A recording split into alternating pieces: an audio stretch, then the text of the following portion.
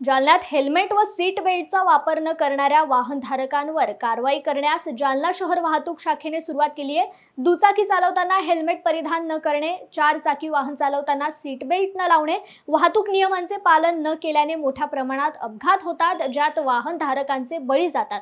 त्यामुळे वाहनधारकांनी वाहन चालवताना वाहतूक नियमांचे पालन करावे, हेल्मेट सीट बेल्टचा नियमित वापर करावा आणि आपला जीव धोक्यात न घालता त्याला जपावे, असे जालना शहर वाहतूक शाखेचे पोलीस निरीक्षक गुणाजी शिंदे म्हणाले।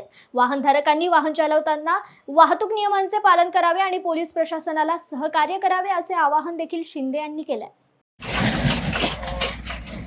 संपूर्ण जालना जिल्ह्यातील तसेच जालना शहरातील सर्व वाहनधारकांना जालना शहर वाहतूक शाखेच्या वतीने तथा माननीय पोलीस अधीक्षक साहेब यांच्या वतीने सूचित करण्यात येते की कोणीही रोडवर चालताना विना हेल्मेट चालवू नये।